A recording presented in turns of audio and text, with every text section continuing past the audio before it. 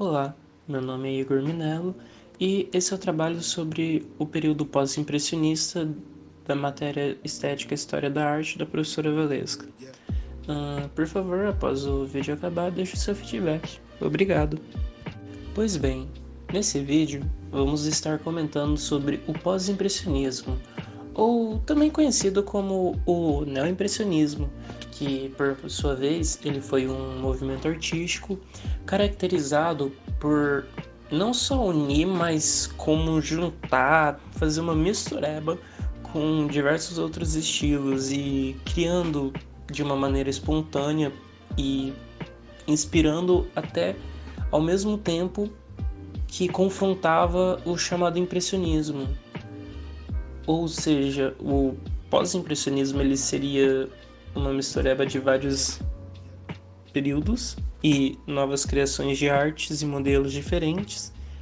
ao qual tinha como base ser a nova evolução de um movimento moderno.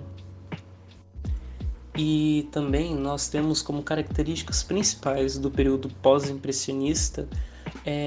uma tendência artística que ultrapassou o impressionismo, que foi alavancado de uma maneira que foram enormes os números de artistas que surgiram nesse período pós-impressionista, fazendo a utilização de cores vivas, fazendo a retratação de temas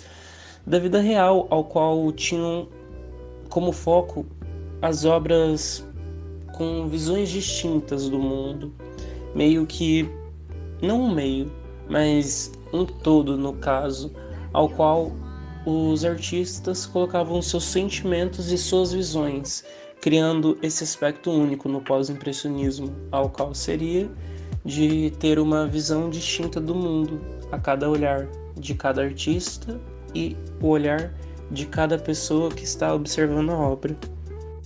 Além das características do período, haviam também as características próprias de cada pintor ou pintores, como o uso da técnica do pontilhismo. Além do período ser marcado com várias características, ele também era marcado com vários artistas, como era o caso do Paul Signa e do George Seurat, que são esses dois belos senhores que aparecem na fotinha em preto e branco, um bem barbudo e o outro com uma bela cartola,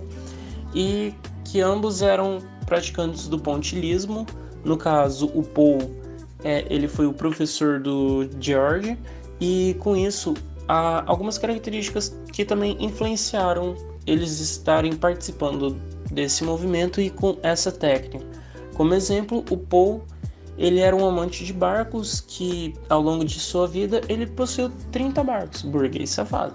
Mas isso lhe permitiu lhe fazer diversas viagens que o inspiravam, que ao fazer essas viagens ele descobria novos locais, novas pessoas, novas paisagens, e por esse mesmo meio ele utilizava da sua visão como uma maneira de captar a imagem, e utilizava ela e utilizava a claridade da imagem, além de destacar também que ele pegava, vamos dizer, as qualidades das cores, da percepção, tudo de acordo com a região para região, de tempo, com horário, com clima. Ele tinha mais esta pegada. E o George, no caso, o George Seurat, que foi o seu aluno, ele tinha uma personalidade que era meio contraposta por qualidades supostamente incompatíveis, ou seja, ele meio que ele batia seus próprios ideais, ou uma pessoa bipolar que em um momento está feliz e outro está triste. Mas no caso dele, eles tinham de um lado a sua sensibilidade extrema e delicada, e do outro uma paixão pela absorção lógica e uma pressão matemática de um crânio, que ele queria o perfeito no caso. E esses dois casos são muito bem vistos em suas duas obras, bem famosas no caso, como Uma Tarde de Domingo na Ilha de Grande Jaté, que mostra sua sensibilidade. E já em outro caso seria a imagem dos muros, ao qual representa toda essa parte de detalhe, ao qual ele era mais focado. E, além disto, o período pós-impressionista ele se dividiu em dois campos, sendo eles a parte mais formal e científica da pintura, que era através de teorias dos pontos e planos de cor e coordenada. Ou seja, era um desenho totalmente científico, igual foi apresentado como o do Seurat e os muros, ao qual ele desenhou, que ele fez milimetricamente calculado e com toda uma percepção mais distinta. E outro artista também, como o Cézanne, que é este rapaz que está aparecendo aqui na tela, que ele foi um pintor francês muito influente do movimento e ele havia já participado do período impressionista, ou seja, ele é um artista que vem se adaptando aos novos meios artísticos ao qual ele está presente. E isso é muito interessante da parte dele, porque ele tinha as representações do mundo natural baseadas em planos geométricos. E foi com isso que ele mesmo traçou um caminho para o cubismo. Um dos exemplos das obras, no caso de Cézanne, seria Guardani, ao qual você percebe que os traços geométricos dele e esse caminho e a inspiração ao qual ele tenta traçar na sua pintura remete com grande parte à influência ao qual é do movimento cubista, que é o que futuramente ele se muda para ele.